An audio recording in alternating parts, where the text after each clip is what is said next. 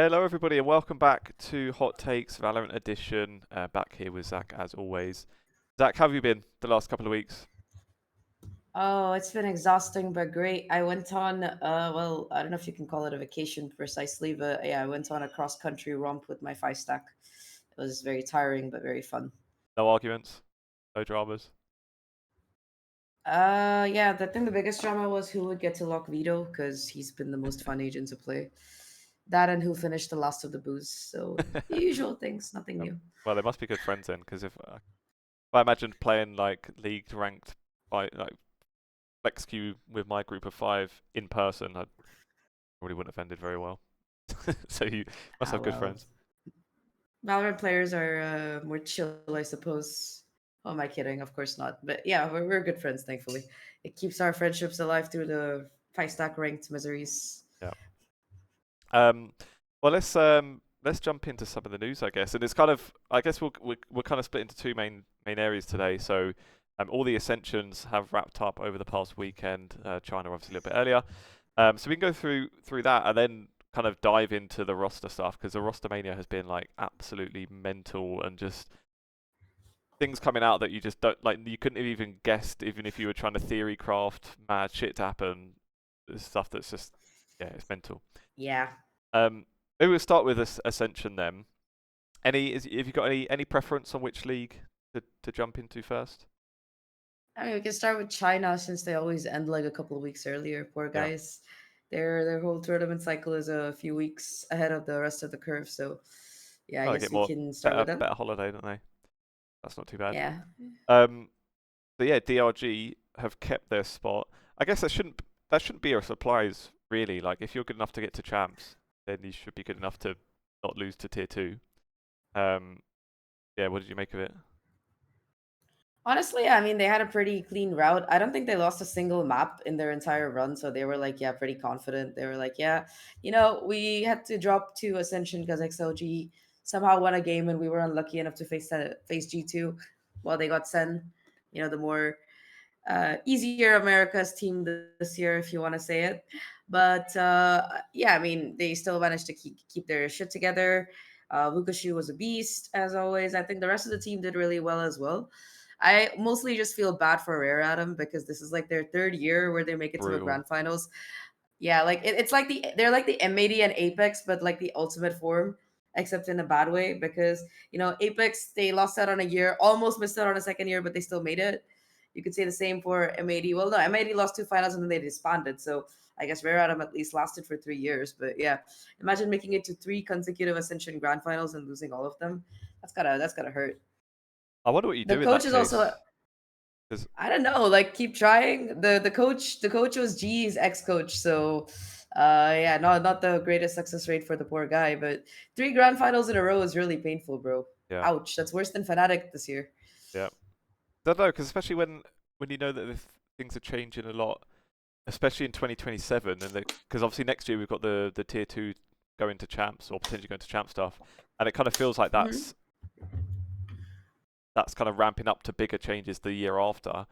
If I've been fighting for 3 years and I can't get in, and then I think, well, maybe in next year it could still be worth it, but the year after that is probably going to be better to be in Yeah, tier two. I think maybe either just bin it off or just like I don't know, maybe go budget and just kind of stick around in challenges this year in try the to make it hopes to that stage two, in the hopes get that that stipend.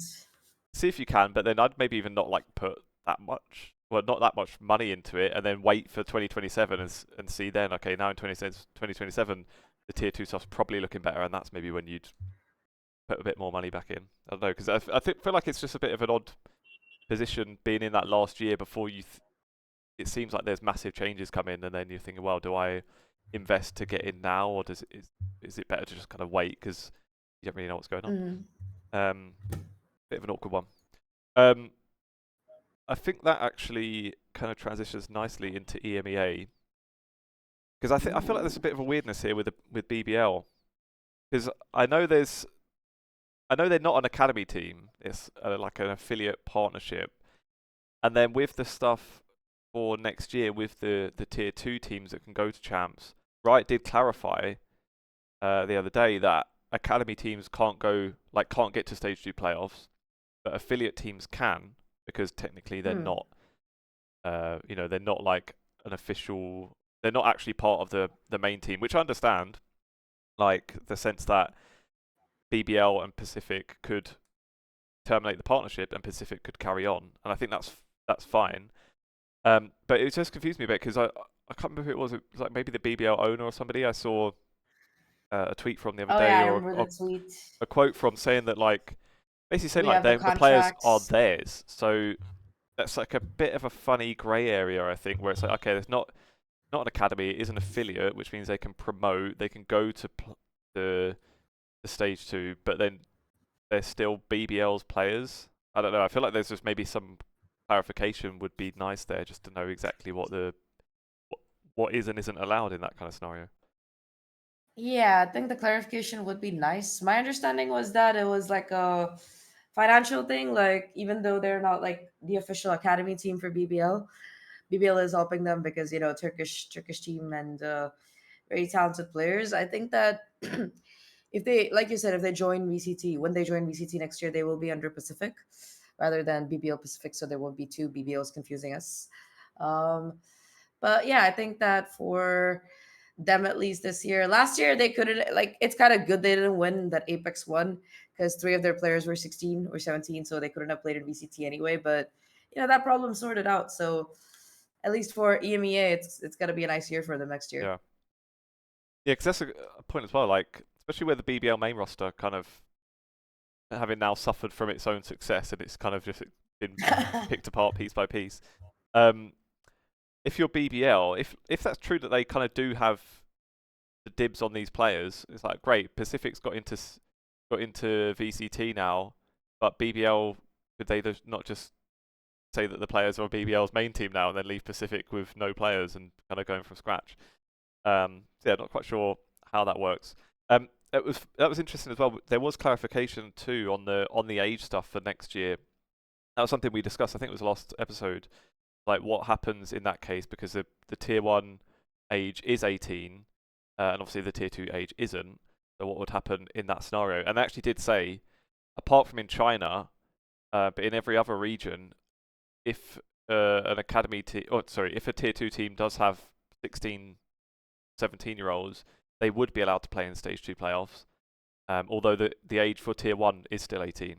So it's a little bit of a mismatch there. I think the only difference was in China, where it kind of said like, I forget, it was explained kind of oddly because it said that in China, to be in stage 2, I think it was in challengers you could have 16, 17-year-olds, but if they got to stage 2 playoffs, they would need 18-year-olds, and they basically, if any team does that, they would have to make changes before the playoffs start, which is a bit awkward. But they said it's something to do with like regional laws or something like that, or local laws or something.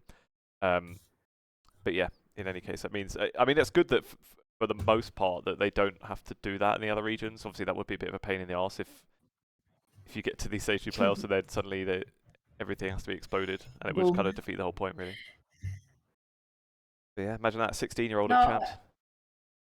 yeah, I mean it would be wild if you could have them at game changers. I think you should be able to have them at like normal champs, but I mean, I don't think there's as much of a big difference between 16, 16-year-olds and 18-year-olds. Maybe that's just me, at least in terms of Valorant. I know that sounds very sus when I say it like that. I apologize, but uh, Didn't even clock at that. least in Valorant terms, yeah, you don't want that taken out of context. But in Valorant terms, I don't know. I think a 16-year-old is just as cracked and annoying as an 18-year-old.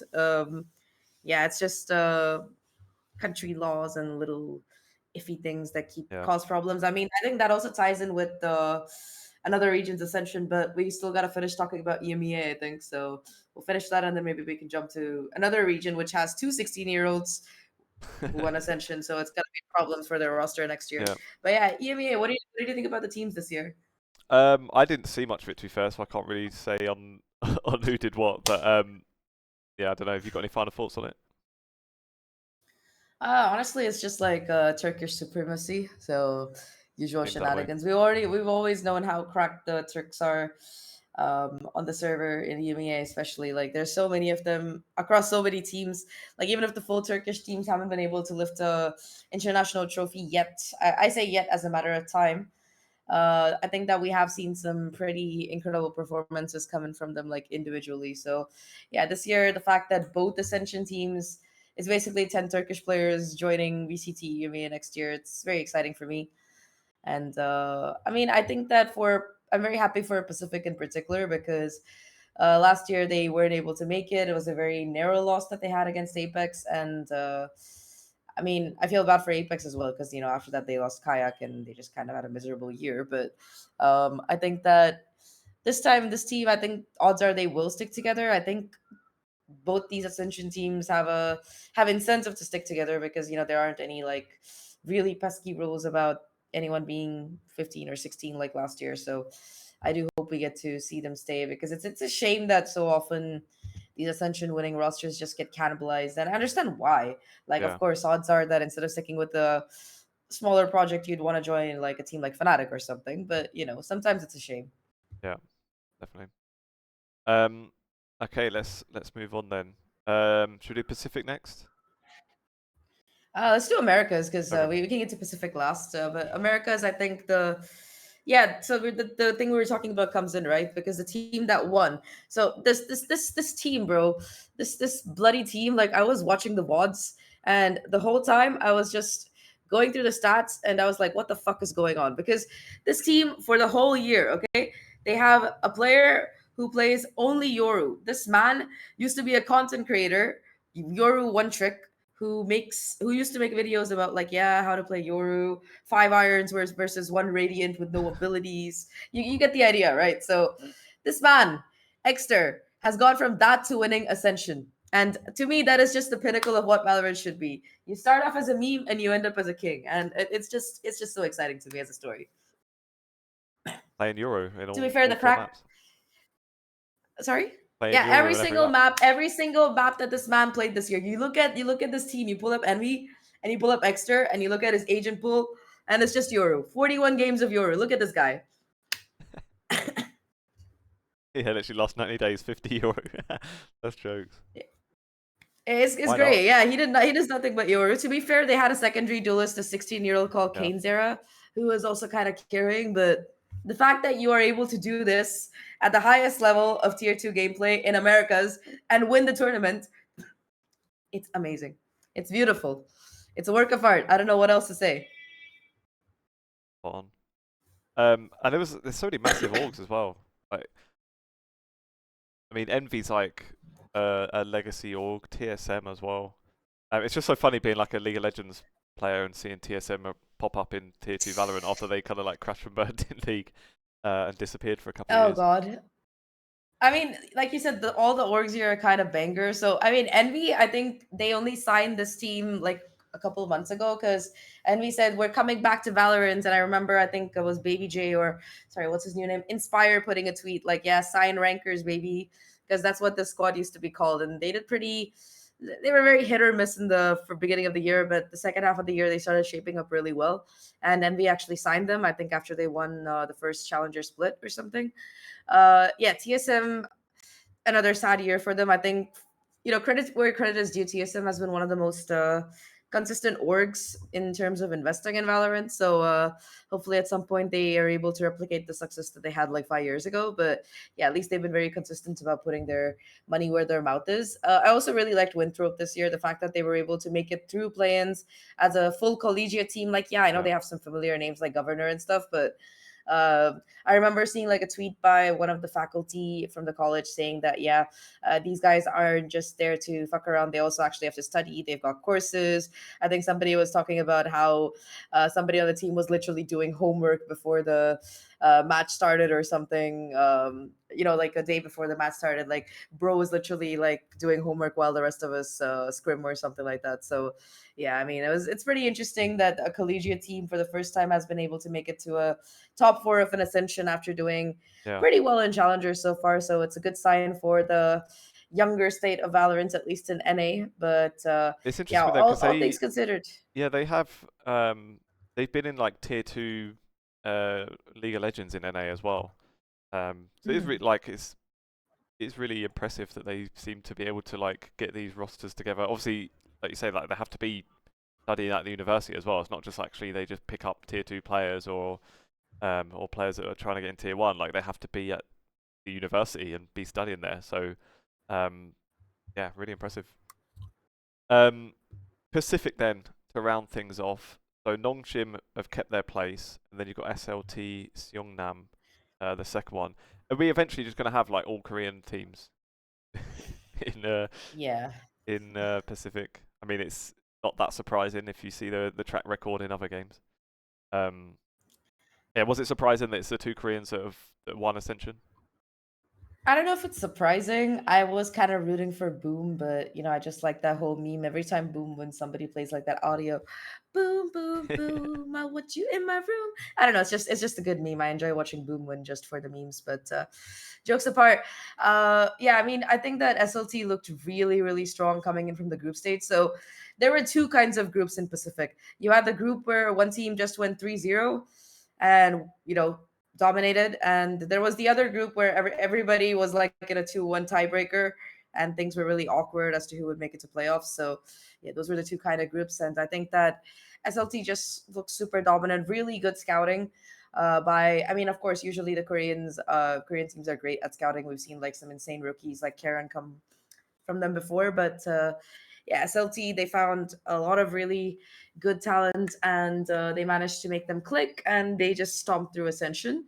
Nogshim, of course, a bit more of a back and forth story, but I think that in particular, having RB join them after his year in China, um, I'm glad that RB is back in VCT Pacific. He's one of my favorite players of all time. So RB being there in this team, being able to give them that leadership that they might have needed. And I think that them being able to win over Boom, I think it was a pretty dominant win as well, 3-1 or something like that. So good for them. I'm glad that they're back, and I'm very excited to see RB play next year in Pacific. Like, bring him home. I want Vision Strikers RB back. Yeah. What is this China RB? Like, get him back here, bro. He's our goat. Yeah. It's a shame for Boom that they're. Well, I guess I don't know if it's a shame, but like they're that one spell where they were suddenly the best team in Pacific lasted about 3 weeks during I think stage 1, wasn't it? Which, to be fair, that run is what's basically allowed them to even get to Ascension rather than just be straight relegated. Because if they hadn't got to those playoffs, then they would have, they would have not made top 8 in any form, and they would have just been straight out. So they've only kind of had the chance anyway because of that, like 3-4 weeks period they had at the start of stage 1 where I think they won wasn't it like 4 or 5 in a row, and then once they got to playoffs, it kind of just dropped off immediately. But yeah, there we go. Shall we dive into a bit of rostermania? And I say a bit of rostermania, there's a ton of it. There's a lot. It's really, really bonkers. I mean, where do we even begin? Maybe Sentinels, what are they doing, Oh bro? man, I have no idea. It's weird because I guess the one that doesn't seem maybe that surprising then is Zelsis. So that, to be fair, this article that I've got is from before yesterday's news about Zelsis. Because after this, like, I think Bang was expected as well. Zekken leaving is obviously a problem. I would be very surprised if they weren't trying to get him to stay. I think he was out of contract, so it's not like they've chosen to drop him. It was up to him wherever he went, and he's going to. Well, maybe we'll save it. We'll talk about where he's going after. But yeah, a lot of the complaints was like, why are we sticking with Zelsis and rebuilding around Zelsis? Zelsis has been getting a lot of hate actually on, at least on Valcomp until last night, where there was a thread saying like we're going too hard on Zelsis, which was kind of nice. Yeah, there was kind of confusion. Like, why would he be the one player that we're sticking around to kind of? Because at that point he would have been the identity of Sentinels. He would have been like the last remaining player from. I mean, yeah. if you think about it, though, he's the guy who's been screaming in your face for the last Yeah. 2 years, buy the fucking Send bundle. So at this point, I feel like he is like the marketing, the face, whatever you want to call it, for Sentinels. But yeah, I mean, I don't know about his stats. Like, he does his job. I think that he brings a lot to the team outside of like raw statistics and all that. But I remember yeah, at I Madrid think if last year, he they was like him giving them the good vibes. like was sort Vibes of talked merchants. about Yeah, but you as can't like just the win off vibes, reason. you know? Yeah, but that was I remember that being like the thinking was that was a big part of the reason why they like Ascend roster finally got back to the top again, and kind of he obviously Genji also threw, but yeah. yeah. I have very big feelings about that Madrid final, especially since I was there in person. But I mean, I'm happy for Sen, but also, what the fuck were Genji doing, man? Yeah, in any case, Delsis is out, so it's like, what is the identity now? Because Have you seen the revolving door meme for the Cloud9 yeah, corpse? Yeah, like Mitch, Zeppa, Vanity, and now Zelsis is so back. sure. But yeah, I don't know what like. Obviously, Tens was like was the franchise, like the face of it. It kind of felt like that had become Zekken as like probably their best player. Now Zekken's out, Delsis is out, and I know it's like it's not the most important thing you think of when you're building a roster, but like who is the face of it now? Who is like the what's your marketing tool with this lineup now? And I know like I've seen rumors already that one or two academy players might just be stepping in. And I feel like that maybe even is the way to go. Like that can actually be your brand, like your identity as the one that does bring through the players from your academy. Like as a football fan, I think of it in football terms where you've got Barcelona in Spain, especially compared to their rivals Real Madrid, where Real Madrid were historically the team that buys the best players and they'll spend all the money and will buy the superstar every year. And then Barcelona was the one that had pride in their academy, and all their players came through their academy system, and all the best players in their history pretty much came through their academy. So and they're like renowned for that now. So I feel like you there's an angle there where they can just like focus on that, because it helps that their academy system seems to be doing well. Like there's been players that have gone through there and then gone elsewhere in tier 1. And they've almost been like, I remember kind of seeing people knock them for it, like, oh, how did you have this player and you've let him go to somewhere else now and they're doing well? When at the time, like, there wasn't necessarily routes for them to promote the players, because you have to take someone off the main roster to do that, obviously. So I feel like it kind of makes sense for them to start taking advantage of it now when they're sort of not like I say forced into changes, like forced into the second change at least, but then also they've had a down year where it makes sense to make changes anyway. I feel like you may as well take a punt on it and start trying to take advantage of this academy system that you've built up. Probably cheaper as well than buying or than getting in recognized players that you think would just do it straight away as well. But no, I don't hate the idea that they'd go for more academy. It's just like as like a third party viewers, you're just maybe just not that exciting to see the rumors come up that they're getting an academy player rather than getting some superstar. But yeah, I don't hate it in all. They're going that angle. But yeah, Yeah, I think that even NRG, if you think about it, like the team that won this year picked up exactly. some academy players from Senzone Academy, Qbert. So yeah, they probably got a couple of more players lined up. And honestly, I think that's kind of the advantage, like you said, of having that academy, right? You're able to kind of have your own talent that you're able to build up from the ground and that you can rely on and whatever, instead of having to pay that buyer's premium every time you pick up Especially, somebody and who's already yeah, established. if you end up letting them go and then they go and win champs, then actually it's just hurting you. It's not even doing you any favors to have your own Yeah, academy. that sucks. Yeah, that sucks. If you're said that has to suck. Like, oh no, Qbert Academy people going to win champs. Let's just fuck our roster. I mean, to be fair, they had a kind of miserable year this year, but still, RIP. Yeah. Unless you're getting buyouts, which I don't know if that's or what kind of amounts those would be. Because again, like I just I mean, I'm sure that there was a buyout for Scuba. It just wouldn't have been as high as yeah. his value would be now after winning champs. You Because know, that is one thing if you in think about it. traditional sports as well. Like that's an avenue that teams make money is if they invest in their academy system and bring through good players, then they do sell them on if they're not planning to use them themselves. But obviously, I know money's not exactly flying around in every department in esports these days, so we'll see.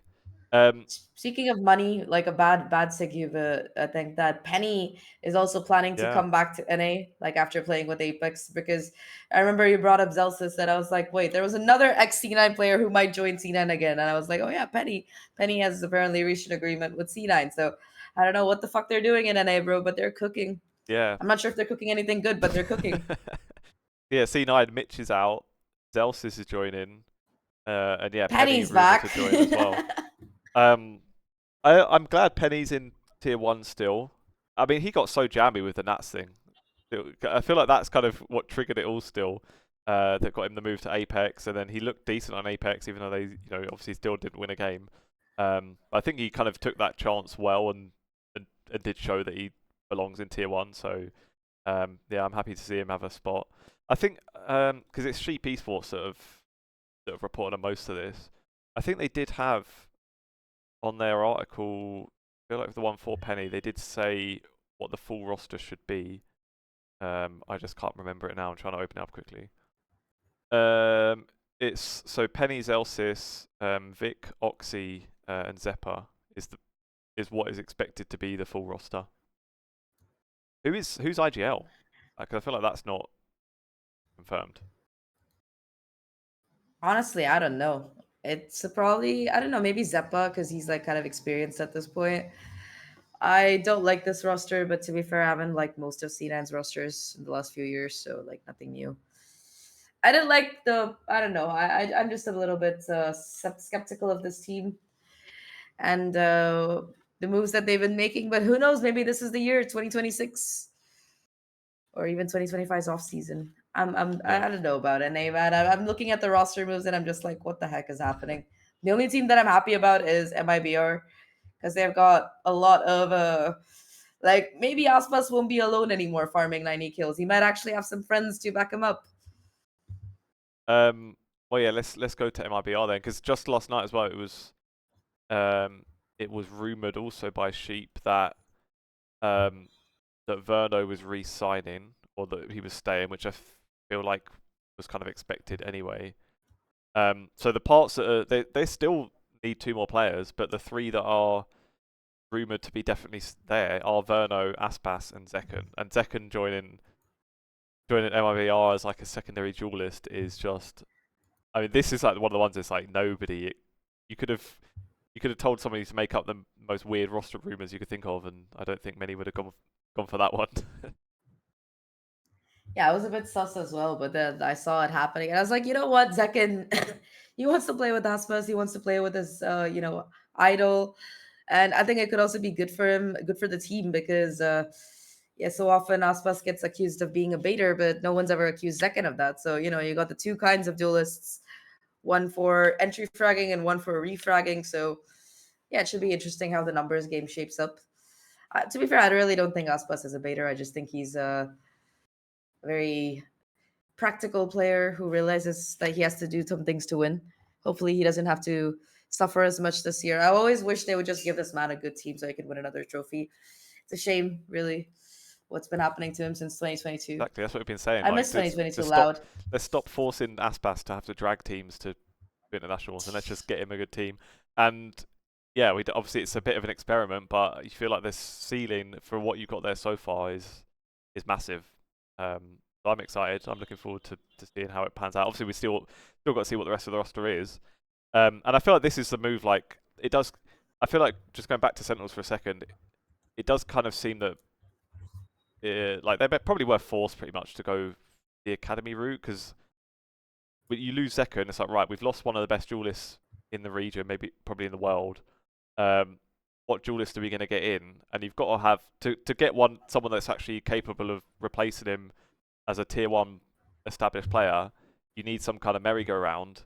And for that merry-go-round to happen, you need the other duelist to be on the market. And if Aspas isn't on the market, then the merry-go-round doesn't really happen, because you need everyone to be starting to move players. So if there's no like Aspas replacement, like who?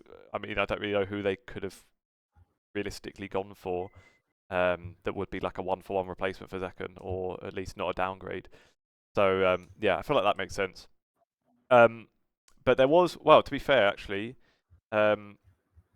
we've got a new duelist apparently in NA Mm. coming from Team Liquid into NRG. Yeah, this is another one that completely caught me off guard. So, firstly, I guess we should mention that Som is stepping down from pro play. Like, I think it was quite clear not for it to be labelled as retirement. In fact, he said it's definitely not forever and that it's a break. So he seems sure that he's coming back.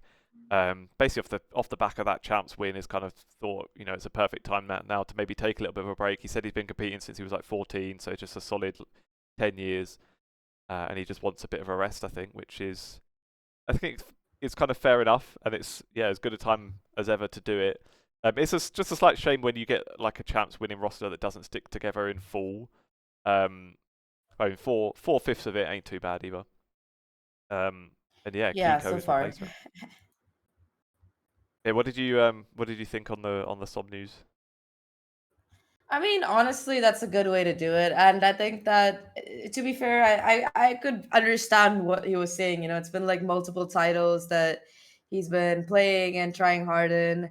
And yeah, it's been with Valorant, he's been with NRG since pretty much the beginning. He's seen a lot of changes. And yeah, I mean, quite honestly speaking, bro also probably makes way more money from being a streamer than being a pro player. So yeah, no, you just won champs, you got a pretty girlfriend, you want to relax a bit, make some fun streams, some fun content. I think that's completely understandable. Pretty normal behavior. I mean, I also think that he did seem a bit burnt out. I think that a lot of the the the team energy mentioned that he was also like a key factor in the team being able to stay optimistic and confident. And I think all of his teammates and Bonkar were also kind of highlighting him. So when you're kind of carrying that mental for your team, it's nice to take a break after you get to the top. And I Yeah. think Psalm's definitely earned it if nobody else has. If I'm putting well, I wouldn't even say tinfoil hat on. If I'm just being like a pessimist, I would think he probably, well, not probably. I don't know. I feel like there's a good chance he doesn't come back, even though he says it's like where he's explained it is sounds like he definitely is. I don't know. I feel like if the streaming goes well, like you say, you probably get far better income, and then he's just gonna have like a much better lifestyle for the next year or so, however long he's planning to take a break. I don't know. I feel like it could be difficult to come back, but then again, sometimes when you get these competitors, especially when they've been playing for so long, even if you're enjoying a break, once you start watching other tournaments, you start seeing other people lifting trophies. That itch does come back. So I don't know. I wouldn't be hugely surprised if he ends up calling it a day, and I wouldn't blame him obviously either. But yeah, Keiko coming in to replace him. That one completely caught me off because I'm pretty sure he was still under contract as well. I'm going to try and double check it because I don't think the contract database is updated yet. But yeah, I'm sure Bro, I Keiko saw wasn't a that. free agent. I saw the contract database be like, yeah, G2, everybody is out of contract Yeah, right now. And I was like, okay, fine. An unnecessary heart attack at 5 in the morning, but we take those. But yeah, I mean, how do I feel about this move? I think that Kiko is actually a really good flex player, as well as a duelist. Like, don't get me wrong, his duelist was great as well, but I don't think NRG really needs a better duelist than Mata with the way the meta is going as well. I think we're gonna be going more towards double sentinel comps as the next year progresses, but I'm getting ahead of myself. Until they nerf Veto anyway, it's gonna be pretty, yeah. So I think that Kiko joining them could be really good. I think that yeah, he's a good duelist player, but he's also very capable flex. He's won Ascension. He's got a couple of he's got international experience at this point, so he'll fit in well with the rest of the NRG roster. And yeah, most of all, he just seems like a really chill guy. I think we saw him at Masters Bangkok as well, and yeah, he was a really chill guy. So I think he'll fit in well with Bonkar and the rest of the NRG folks. He can join the exodus of people jumping across the pond both ways. So yeah. I did check actually. The database is already updated and Kiko's not there. So maybe he was until 2025. I might be wrong, but yeah. In any case, he's gone. And yeah, you're totally right. Actually, like when I've interviewed him once. I don't once or twice. I can't remember, but he's just one of those people. Like as soon as you're on the call, like it's going to be a nice interview because he just like is really nice and chill and yeah, just a nice character. So I feel like he would fit in perfectly there. Um, where do we go next? I think we've kind of covered the main Americas ones. Was there any others that took your eye in Americas? Any other rumors? Those kind of America's no. I mean, rumors. Yeah, there were a couple, but I think one thing that really surprised me was Sylvan joining Team Secret, because I thought he would go to some other Korean team, but I think he was after his experience, he was just like, you know what, let me try playing the SCA playstyle. So this man goes and joins Team Secret, and I mean, Team Secret has had a bit of a rough time, I would say, over the last few years, but their new off-season roster actually looked kind of banger. So I like the rebuild that they did. I think it's been I think Sylvan, despite their win with the or rather despite their troublesome time after their win at Bangkok, I think that Sylvan was able to, despite lifting that trophy, he had a pretty sad year. So I'm glad yeah, that he was able to join a new team who was there for a rebuild, and they have some really good talent as well. I'm not sure about Jesse Vash. Like Jesse Vash, I think is a really talented player, but in terms of stats, like bro needs to pop off more. I think that he's just an exceptional player in general, though, because he's been pro in 5 different games at this point, which is just insane to me. But yeah, I think that this team, they've got Envy. Envy's pretty consistent. I like him. I like Kelly S as well. So they've got a pretty strong Filipino core. I'm just not sure if who is gonna be remaining. Who are the remaining two players who are gonna join this team? How it's gonna look? Who's gonna be the IGL? What kind of role this guy is playing? But I'm happy that he found a good team because. All the stuff that happened after Masters yeah, Bangkok and all the team politics and him being sidelined, I was really sad for him, and I'm glad that he's getting a new chance. So Sylvan, yeah, shout out to Sylvan. yeah. Fresh start. Nice, nice for him. Um, maybe I'll quickly touch on one team that it looks like are not making any single changes, which I'm sure most people will be happy to hear. Is Paper The X. goats, Yeah, the you even got the goats. purple hair now to represent them. Just missing the I just jersey went for today. Reina highlights, but yeah, it works. But yeah, Devi and something have re-signed. Every other player I think was still under contract anyway, so barring their choice to remove anyone, which I don't see happening really, then yeah, the PaperX roster is sticking together The entirely. goats. I guess. What's that? Hold on, let's put it I don't on. know. It's like I thought I pull it out when I feel like badass or something. I don't know. But yeah, Paper X winning everything next year. Threatening their Yes. enemies. Um, so yeah, I Yeah. mean, it's no surprises. Obviously, Masters winners now as well. Um, I guess would have been slightly disappointed to not have won champs, but I feel like there wasn't clearly wasn't any kind of disaster that you would think would lead to Foreplay changes. saying bad, all things Exactly. If they'd have considered. It just was a like pretty crashed and good burned and not year. won a game, you might think, okay, maybe need to have a serious Something has to be discussion. done. But yeah, I mean, there's also no player that you feel like you could really upgrade very easily. Anyway, the only thing I was seeing was the calls for PRX Aspas. But yeah, they'd have to get rid of someone to make that happen, wouldn't they? So yeah, just makes total sense. No surprises there. One that's confused people more is Gen G, who are kind of, I think, they've done the same thing as last year of kind of throw out a few red herrings maybe, and it's just basically where a lot of contracts were expiring, which is the case with a lot of teams, and then the contracts end, and maybe you try and re-sign them. For the last couple of years now, Mhm. Gen G has actually like announced everyone has left when the contracts end. Now they did say, to be fair, in the announcement that they were in discussions with a lot of the players.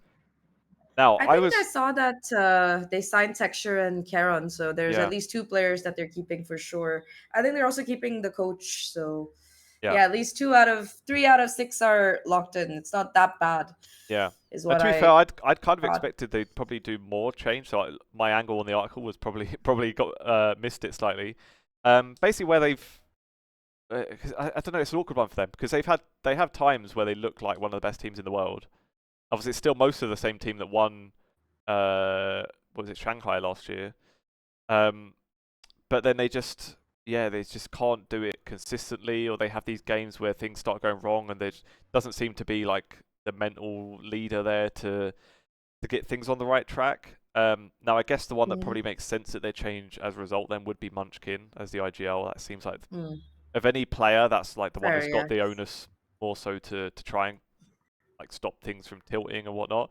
And he is the one that almost seems definitely is gone. His own R.I.P. announcement. I'll have to open up the tweet fully, I think, but he did, like, he said about having a new adventure and stuff like that. So he is like nailed on to leave, I think.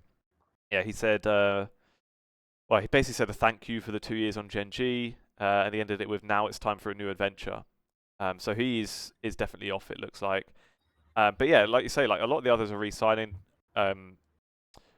Coach is re-signed, supposedly as well. So it's not like any like sweeping changes. It's just the IGL that would change. I wonder if they get Lakia back. That was a discussion we'd had before. Was maybe they were lining Lakia up to take over from Munchkin. He obviously never played in the end when he re-signed. But if he were planning on him to be the long-term IGL, even that would still make some sense. He could be in the VOD room to see the comms for the last few months and Or kind like of an keep up. assistant coach or something. Yeah, Yeah. kind of keep in the loop of how everything's running so that he can take over afterwards. So I feel like that wouldn't be that insane. The thing with Munchkin as well, that there's questions about if he's doing military service or not. But I remember him saying in a press conference, I think during I think it was when Gen G were knocked out of stage 2, he did say he was going to keep trying to delay it.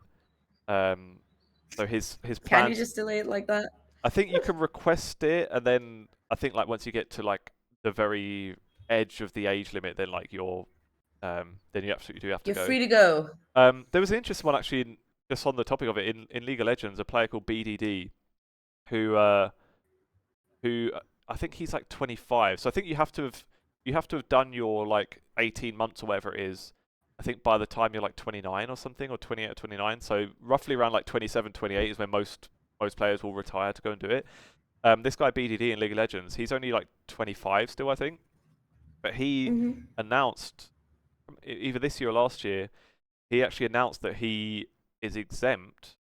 He won't have to go, and it's some kind of rule where if you were not a high school graduate, then you can.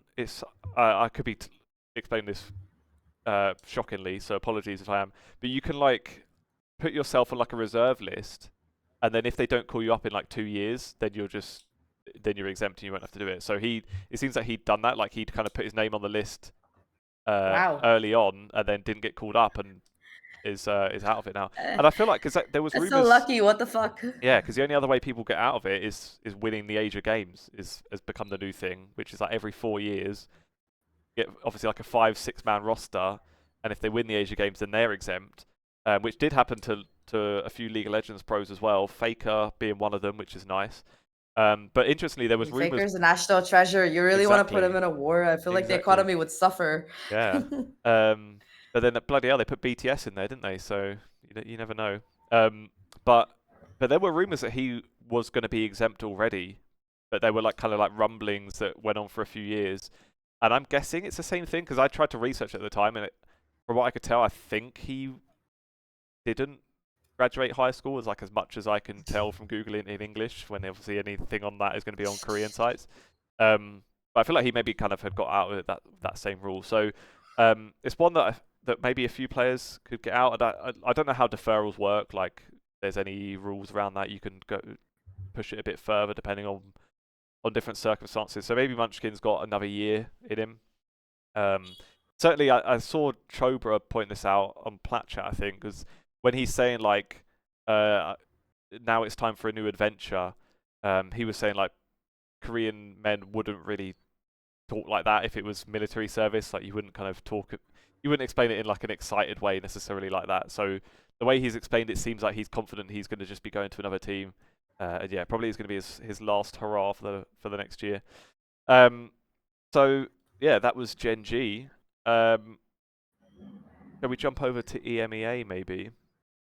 And let's just start with the biggest one, obviously. VIT Chronicle.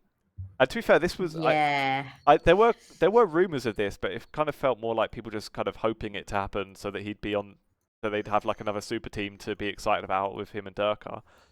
But it didn't really feel like it was that likely until suddenly it was, and it happened really. Yeah, were you surprised to see this one? Yes and no. I was surprised because I mean, I don't know. It seems a shame to let go, like let a roster that had 2 consecutive or 3 grand finals, this year, if you count the Esports World Cup one, to just banned. And I also think for Chronicle it's very surprising because this is a guy who has, I don't know, been on the top for a long time, accomplished a lot, and maybe I feel like if there was ever a team he could do more with, it would be Fnatic. But maybe he doesn't feel that way anymore. I'm not surprised because of the money aspect. I think that was the same problem Yeah. with Durka as well. That after winning 2 trophies, they weren't able to afford to keep him, and yeah, Kayak was a better bet because of that. Blah blah blah. So it kind of seemed like a repeat of that situation in a financial way. I think Vitality just has better sponsors. It must help to have Stake as a gambling sponsor. That's all I got to say about it. It's what it is. I think for like, I don't know, I feel like even before that, for years they've had loads of money. Vitality. I see people say it's all just like their CS money pumping into the other games, but like they spent big in League of Legends a few years ago as well. So it could just be one that had load of investment, I think, like that. But in any case, you're bang on. I did quite like the quote from Sam Matthews, replying to someone on Twitter saying that like no, it was our choice not to re-sign Kron.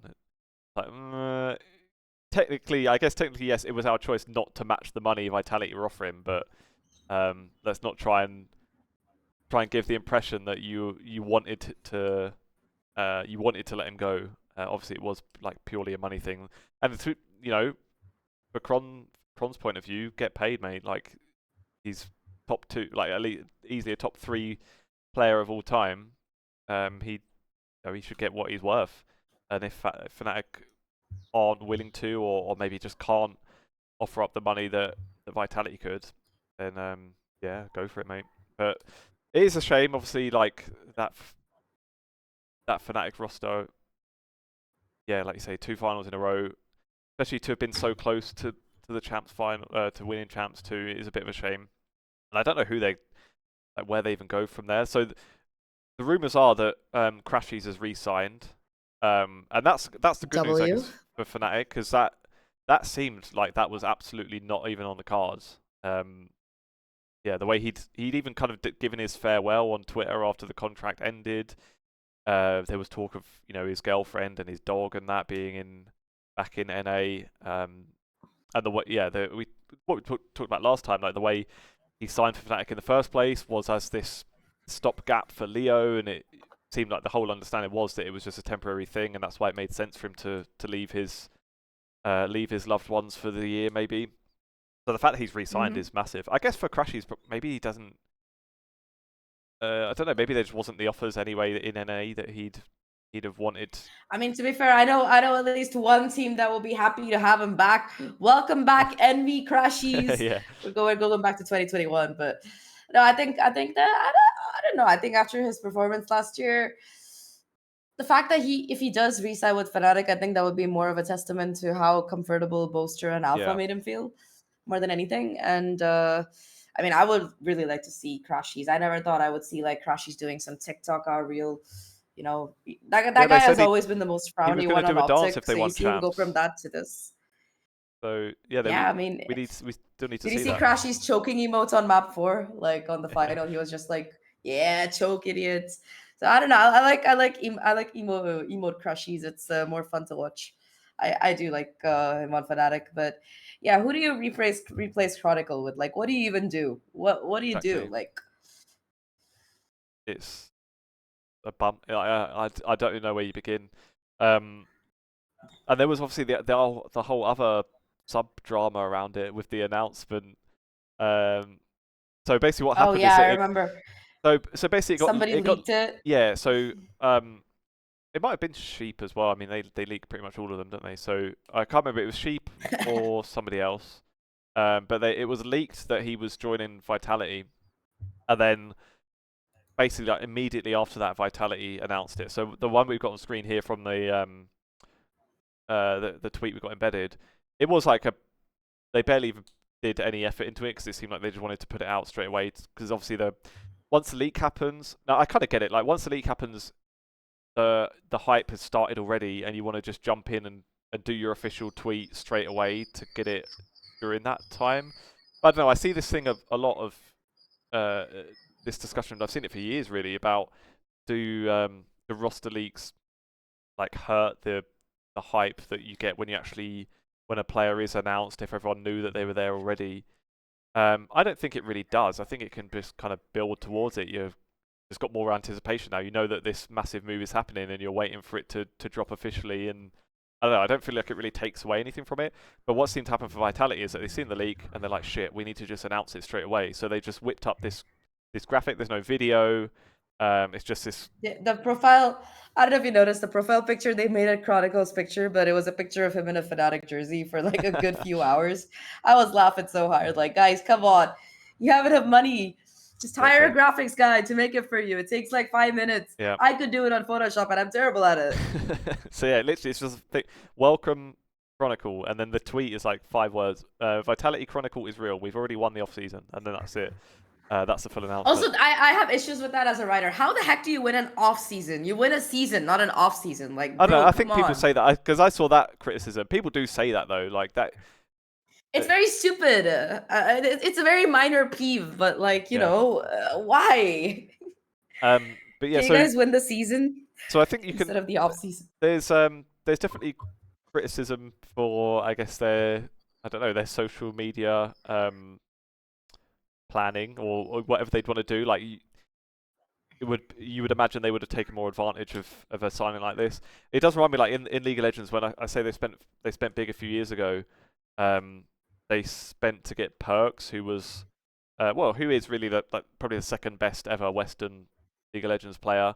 And they got him towards the end of his career, and there was a big song and dance about it. They built like a roster around him, and yeah, they did these big content pieces where they had like their CS and their league players like in content together. So yeah, like it's a bit like the announcement. Let's be real. But then the bigger drama of it came that basically Fnatic were really not happy that Vitality announced it before Fnatic had the chance to announce that he was farewell leaving. video. So so Kojo tweeted about it, and Sam Matthews did as well, saying that it was like classless to not let Fnatic say goodbye to him, and like I'd not heard of that being like, I guess one of these things like an unwritten rules of like team etiquette. And it's not something I'd really even clocked onto before, but like when they said it, I had to think of it, and it did kind of clock like that. Yeah, I don't think I've ever seen it happen this way, where it's announced before the previous team has said that they're departing. So okay, fair enough, I get that. But at the same time, like, I don't know, it felt like it was blown like way out of proportion.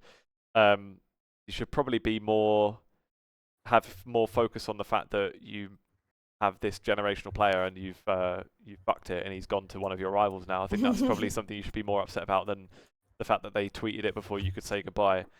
And I did see the point as well, like Kojo was, Kojo was baiting the tweets the whole time as well with his gifs and the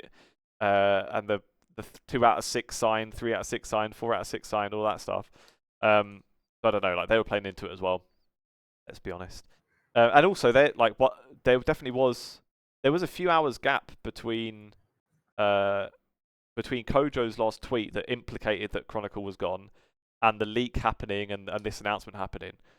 So they at least had a few hours where they could have done something. So I don't know. Obviously, that's different departments and things that would have been in charge of that. I guess they're probably doing some kind of video that probably would take more than a few hours.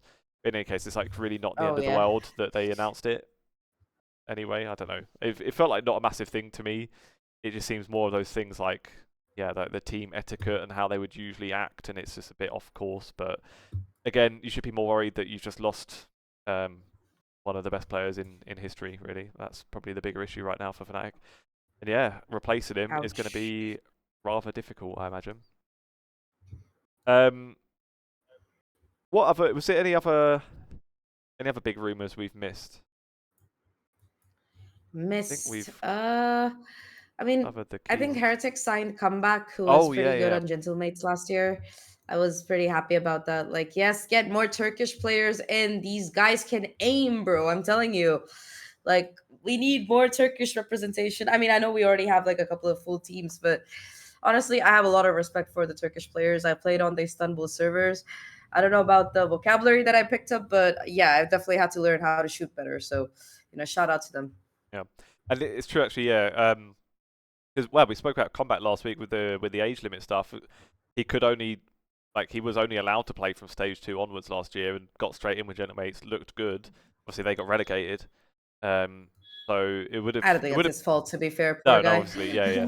But yeah, he looked good in that time, and it was definitely one where you're thinking he definitely deserves to get a team somewhere. So I think that's a move that makes sense for Heretics as well. So you letting MIBR go, and you know, getting this up and coming duelist who in stage 2, I don't know, they probably look better than MIBR a lot of the time. It seems like a good replacement, and for a player that is still fresh, is still very young, to come into a mostly established roster is usually an easier way to kind of transition in as well. Where yeah, the rest of it is the vibes and everything are hopefully pretty set on that team. It's not, it's a bit different if it's an entirely new roster and you're all kind of still getting used to each other and it's a bit more awkward. But yeah, hopefully it should be a nice easy transition for him into there. Hopefully. Yeah, we'll see. Maybe just to end on then, there was just one League of Legends topic I wanted to cover. So obviously we got the World Championship going on right now. And the main talk about Worlds we'll save for next week, for the next Worlds episode, for the next League episode. But there was a drama that I think, well, it wasn't really specific to League of Legends. I think it's something that's relevant discussions for any game really, which was around an interview that happened, a post-game interview. So, the two of Oh us yeah, I saw obviously that. have done many post-game interviews with Valorant pros, League pros, and it works. It's a similar process. So just to kind of explain how these things work, and it's usually quite similar for VCT leagues as well as the international games. Is that when you're in the press access, or you've got press access, you can request the players before, either the day of the games, or sometimes you have to do it the day before.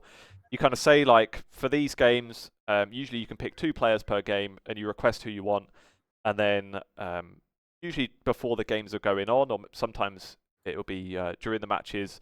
You'll hear back on which ones are confirmed, and obviously it depends on what league you're doing, how many people are covering it, how big the tournament is. Sometimes you'll get a lot of these things accepted. Sometimes if it's these international events, it can be very difficult, and it depends on if you're remote, on site. So for international events, if you're remote, it's bloody difficult. I think it got more difficult this year from my own experience.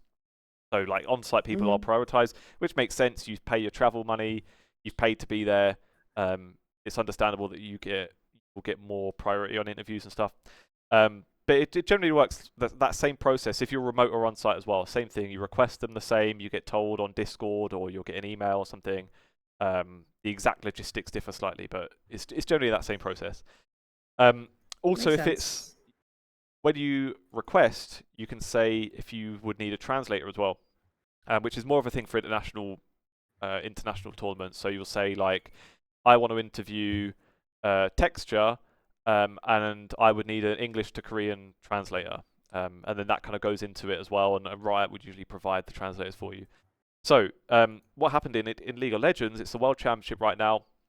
Obviously in League of Legends, it's dominated by Korean teams, and so you usually need a translator. Sounds like League, yeah. Now there's one person who's been doing interviews there, called Irina. I think it's how you probably pronounce it. In English, it looks like Irene, but I don't think it's Irene because she's from Spain. So it's a Spanish content creator, not a journalist. So Content creators. yeah, so that's one kind of caveat as well with this. The people that can get press access, it can be from different avenues. So when we get press access, it's as journalists. We're there representing Hotspawn, or whoever you're working for at the time, and you are there as a journalist. Now you can be an independent content creator. So for example, someone like Don Jake in League of Legends, he goes there as a representative of his org, Ruddy Esports, and he's a content creator. He would never call himself a journalist, and the expectations are slightly different. So if you're a journalist, you would be kind of more reporting on what's going on in that tournament. So you probably would be more focused on the games themselves. you can obviously do fun stuff. Like we will try and do fun questions to get to just have a nice time with them, or things that can go well on TikTok or whatever. But if you're a content Mhm. creator, I can understand that the expectations could be different. You might just like someone like Don Jake is a good example actually, especially in his first interviews he was doing. There weren't really questions about the games at all. It was all just like personality stuff about the player, um, Mhm. and that could be you can get great results with that.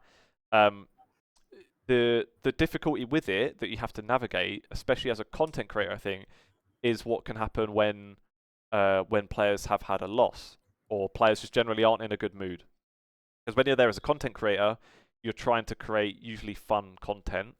So if someone's not in a good mood, they might not be in a kind of in the headspace to be. Mindset, you know. Yeah, they Yeah. might just not be having the vibes of that kind of fun interview, which is totally understandable. If you're there as a journalist, I feel like it's a bit different where it can still be that maybe you had some funny questions um and you have to adapt and think whether it's worth asking those or if it's even appropriate to.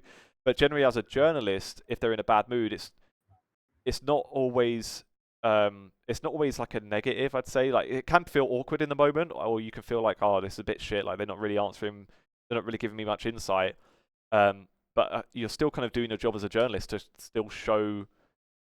I feel like show what their reactions were, what their emotions are in that moment, and it can still be relevant work that you're doing. Whereas for a content creator, again, if you're focused on getting a fun interview and with funny moments, it's not the same. So what's happened to kind of go back to what the actual drama is? So this content creator, so she's a Spanish content creator, but she lived in Korea for 5 years, I think, and is like fluent Korean. So she's there Mhm. interviewing, or she's doing like a bunch of interviews, but with Korean players, she's interviewing in Korean, and then it's for her like YouTube channel. So it's not for like an outlet or anything. She's just her own content creator. Um, so she came out with some tweets saying like basically just saying about how she'd interviewed Korea, who is the support for T1. T1 being the most famous team on the planet. 4 out of 5 of their roster won the last 2 World Championships. Korea has been the best port in the world for the last few years. Maybe a bit of rocky form in the last couple of months, but generally over the last few years, he's the best in his role on the planet. And he's, I think, like he's generally one of these that's got like a bit of a bubbly personality. He kind of get that vibe of him being like the little brother kind of figure. So Mhm. she's interviewed him, and it was after a match against 100 Thieves, who is an NA team who absolutely T1 should roll over them and it should be no problem. Now T1 won the match, but it was a bit dodgy. Like they definitely didn't win in the way you'd expect them to. Korea himself didn't play very well, and so the vibes for the team were not good apparently. So they'd won, but they were like really. It was a bit of a shock, a bit of a wake up call for them. So she's done this interview. Hmm. It's not been released yet. Well, it has now, but in the story, it's not released. And she's started tweeting about how this interview went really badly, and he was rude to her during the interview, and she had these fun things planned, but he was just giving her one-word answers.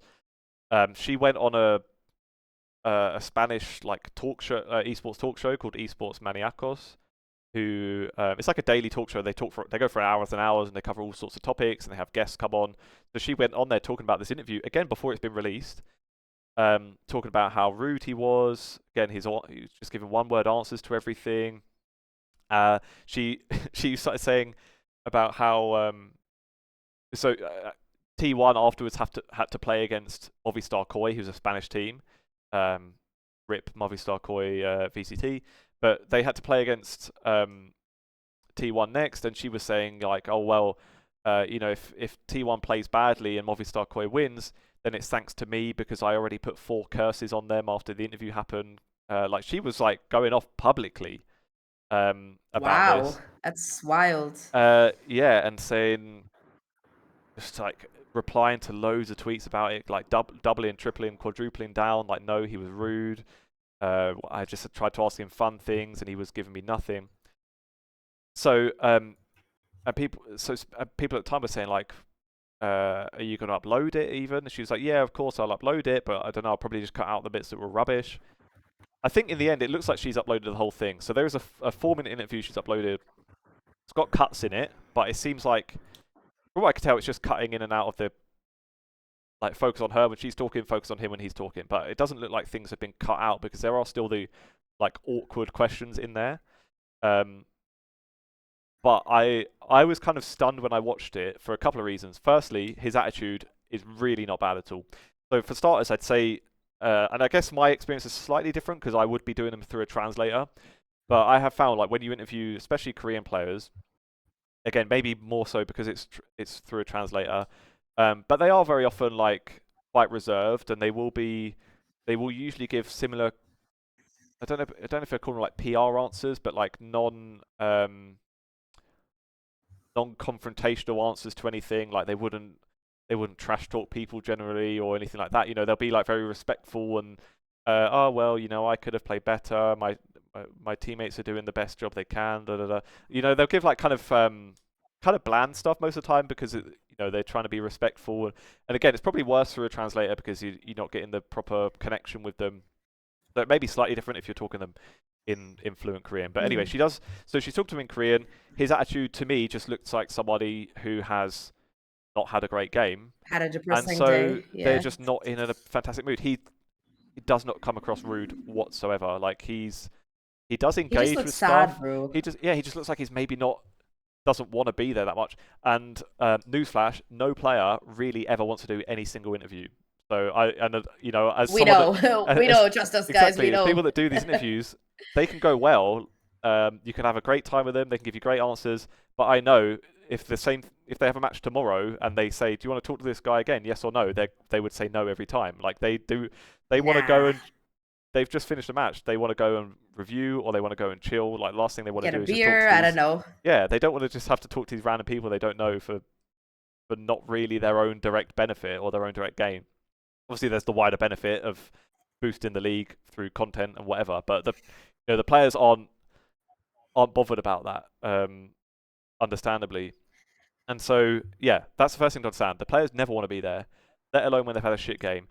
One thing she was also saying on Twitter was, so apparently, how the interviews were set up is that the press, while they were like kind of taken to the area to do your interviews and you're waiting for your interview to happen, the players would be like right there or like behind a curtain or something. And um, from what she said is that she was right near the players and no, she was explaining it like she could see them as well.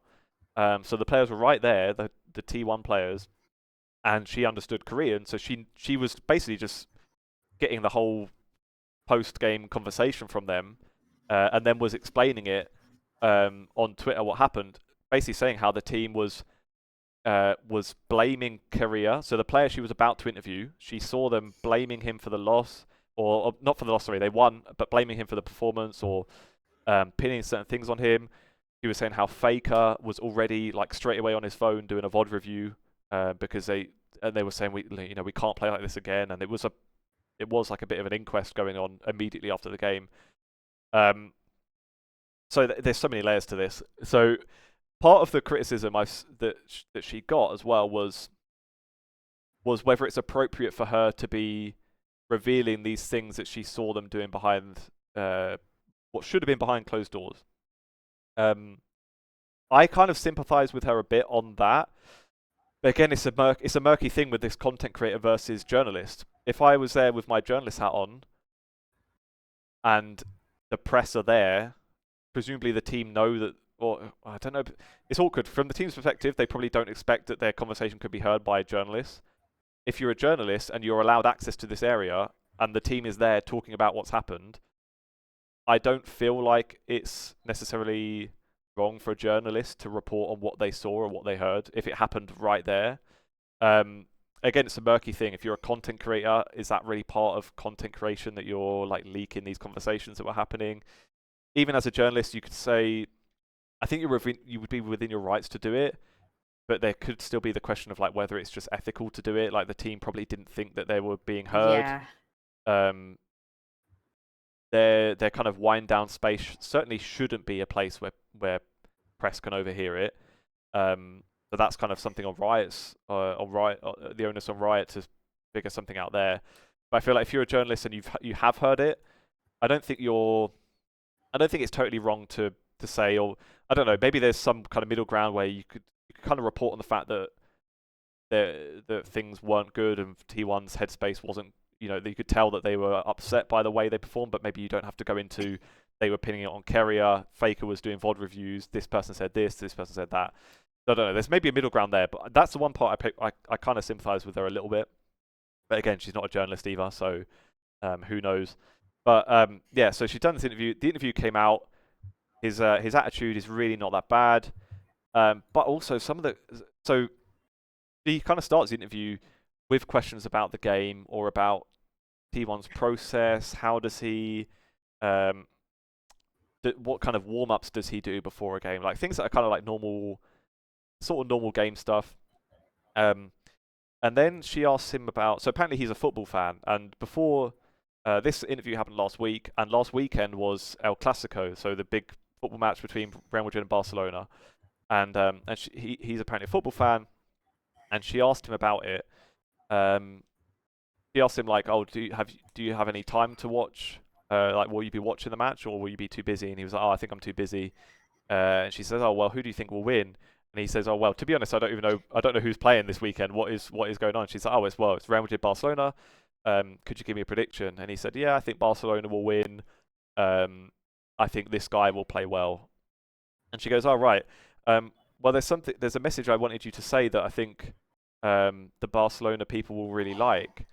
Can you just repeat after me what I say?" So at this point, kind of from his perspective, it seems like it's going to be something related to Barcelona, or like seems like it would be related to the football question, and she's going to get him to say something for the fans or something. But so at this point, she's asking him to say something in Spanish that he's not going to understand. So she's kind of trying to get him to say a message, and then what she gets him to say. So her name is Irena, and she gets him to say, Irena is a better AD carry than Super, and Super is a famous Spanish AD carry. So that gave me like the most horrendous vibes watching it. I'll be totally honest. She's she basically tried to like trick him into saying like a funny line for her. I mean, not basically, like that's literally what she did. Which I don't know. It just gives me such. See. It really, it was really icky for me to watch it. It's really. That's the word. It was so icky. Yes, it gives me the really, ick. Thank you. I wonder how to describe like, it. so that, and then the one she follows that up with is the one that actually went more viral. To be honest, that first part. So this second question she gives him, someone clipped it and it did the rounds on Twitter, where she says to him like, "Oh, can you do 3 cute poses for the camera?" Oh yeah, I saw that. And shit. then he's bear in mind this whole context. He looks so awkward, bro. Poor guy. Keep in mind the whole context of she knows that his team was blaming him, or partly blaming him for playing shit. He feels like he played shit. She knows he's not in a good mood. Can you give me 3 cute poses? And he kind of just goes like, looks at the camera, gives a thumbs up, and then she says to him, "Can you do it cuter? Can you do it more cute?" Yeah, I saw that. And then he just goes like, "Oh, I think I can't. Like, I don't really have cute poses or something." And she goes, and she's like, "Oh, okay." At that point, I think she does say like, "We can stop the interview if you want. Like, if you're not in the mood." And he's like, "No, it's fine. We keep going." A bit late for that, brother. And then she says, "Oh, can you do a motivational speech?" Which again, I don't know. So he kind of gives a couple of lines. Read the fucking room, my god. Yeah, so he gives a couple of lines, and then she ends the interview. If she'd have posted that without any of the other stuff, like there would almost be no drama. Like if you'd have watched it, I probably would have never seen it, to be honest. If I'd have watched it, I'd have been like, "Oh, that was a bit of a weird couple of questions at the end there." But without the whole drama, it probably would have never really gone anywhere. But the fact that she did this whole build up before it even released, and yeah, it just gave me horrendous vibes. I'll be totally honest. So doing that, the Spanish, like tricking him to say something in Spanish, and then do 3 cute poses. Can you do it cuter? Like for me, it's like I don't want to sound like extreme, but like it's kind of like dehumanizing him, to be honest. And it's like, oh, he's just this, I don't know, this prop for her to get a couple of clips out of, like tricking him to say something he's not going to understand. And it's almost, what kind of bugged me more about it is, I feel like you wouldn't probably feel comfortable doing that if it was a player that you felt like he was ever going to have a chance to see that. Like she kind of, I feel like she's doing this knowing that he's never going to see it. He's never going to find out that, like the chance of this getting back to him, that she tricked him to say something in Spanish he didn't expect. He would never hear about that. I feel like if you were doing this to a player that was in your kind of direct scene and you knew that he was probably gonna see it, I feel like you wouldn't do it. Like it's kind of treating him.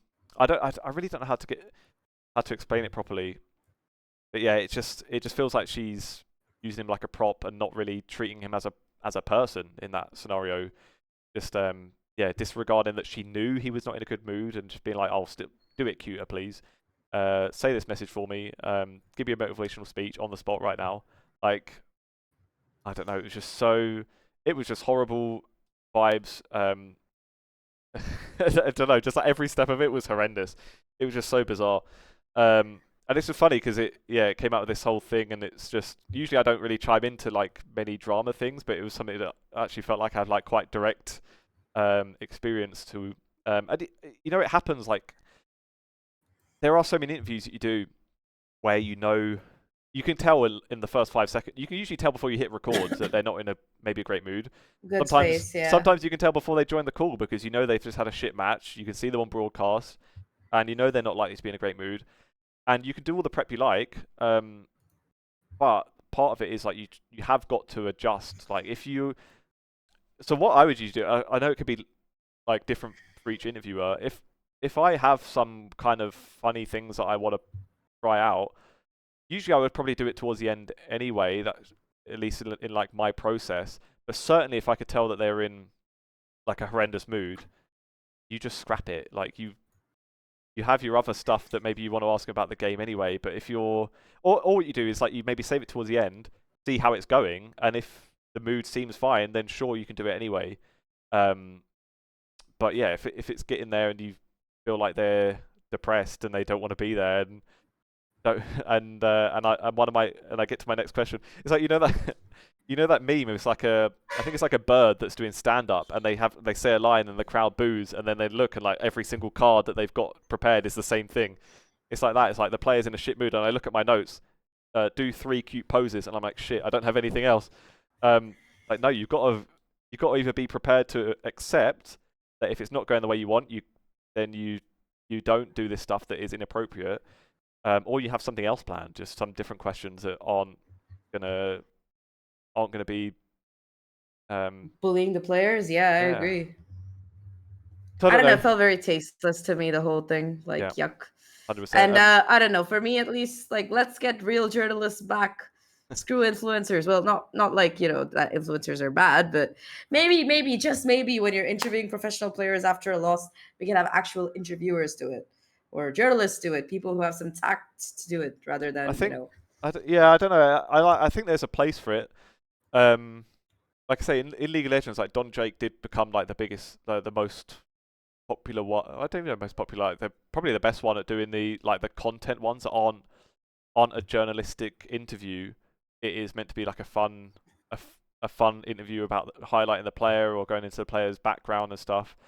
And the thing I understand, like the thing I empathise with a bit as well, is that if you are a content creator and you want to do this stuff, there isn't really another opportunity to do it. Like, this is the time where Riot will provide the access. Otherwise, you could request it through teams directly, but it's going to be way more difficult and way less likely to happen. Whereas with Riot, they're obligated to do a certain number of interviews. So I understand as well there's not much of a clear avenue for it. But certainly there are content creators that do it well and don't do it inappropriately like this. Like, it was just like the most horrendous, like, main character syndrome kind of vibes as well. The way that she had these whole complaints about it and stuff. Because also they do it, like, sometimes now the co-streamers, they get interviews on air. A lot of times they can be really, really interesting and fun as well. I know it's slightly different than these like 10-minute set things where you got these 10 minutes, and once they're up. So you got to cram in whatever you want to ask, or this is your only time you're going to get with them. But at the very least, like, and this is partly biased because Hotspawn is there on the ground doing interviews. But like, I feel like how can she be allowed to do more interviews there after that's happened? Like, it's a bit of a headache for Riot because I guess she's probably paid travel and that to get there. But obviously it's her own fault for being let's just be blunt, a total arsehole about the whole situation, like from start to finish.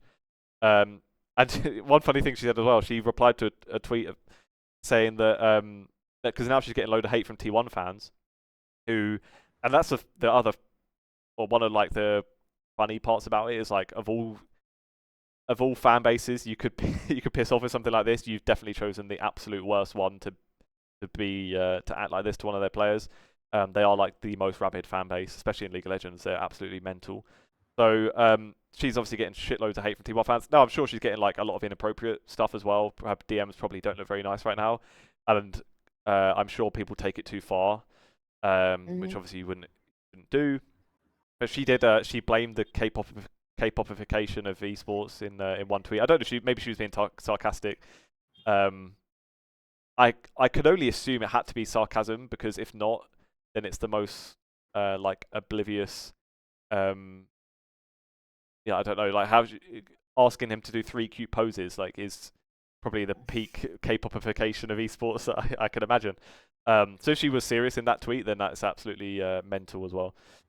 But yeah, that was basically wraps it up. I just kind of wanted to get it all off my chest because I was tempted to tweet about it, but there's just too many different angles and too much criticism or nuances and stuff. So I thought it was better kind of save it for here and get it all out. So that's pretty much my piece, I think. Did you have any final thoughts on that, or any other topics, any funner things maybe to end on a nicer note? I mean, I think that there are a lot of really good people who make content that manages to not only like make players feel good about themselves, but also adds more information about them, so as to speak, about their stories and stuff. And I think that's the kind of storytelling you optimistically want to do. Like, I mean, I think one of the people who I really appreciated during champs was sorry about that, was Ravish. I think that he had some really nice questions, really made the atmosphere better, and also got some good information out of it. So that's kind of like what you want to go for. And yeah, just try to read the fucking room, please. Like, don't be an idiot. That's about it. Yep. Pretty much spot on, to be honest. Yeah, just improvements Don't to be be an made. idiot. Yeah, that's the thing as well. A lot of it just seemed like such common sense. Like, you have self-admitted that you saw that he was in a bad mood, and then you still did the stuff, and then you annoyed at him for being rude. And come on, it's just like, again, I don't want to be out of order. Like, it just Stupid. seems like the person. It does seem like the person's an arsehole. Like, I don't know how else that can come across, that either you're incredibly thick, like you're either just really stupid to not connect the dots, or you saw it and it just didn't even register you that could be a problem, in which case you're an arsehole. And I wouldn't usually talk about like that about someone in the industry. Certainly not someone that's like a colleague in that sense of doing a similar thing. But I really don't know how else to describe it, to be honest. So that's pretty much that. I'm just scrolling the timeline quickly in case there was anything in the last hour that we've missed, but it's all just League of Legends World Championship, because that's going on right now. Give me your I'm sure you'll cover that in excruciating detail. Yeah, as a non-league fan, who's winning Worlds? Faker's winning Worlds. That's the only guy I know, and I'm fully in favor of him winning Worlds. 3 times in a row. Yeah, why not? You know, he's gotta make his buck, bro. He's gotta make the bank for his buck. Like, I'm all for him. What would it be? His 7th or 6th? I don't even fucking know. This would be 6, I think, now. Yeah, let's get him a 6th trophy. Go Faker, woo! That's the only guy I know, so sorry about that. That's fine. It's not happening. Sorry, but I think it's Gen G. But anyway, we'll see. Next time we talk in 2 weeks, we will have the answer. So let's see if you were right. Let's go. Yeah. Faker supremacy. As always. All right. Well, thanks very much, Zach. As always. Thanks for listening, people. Thanks for watching. and we will see you in a couple of weeks. Catch you later.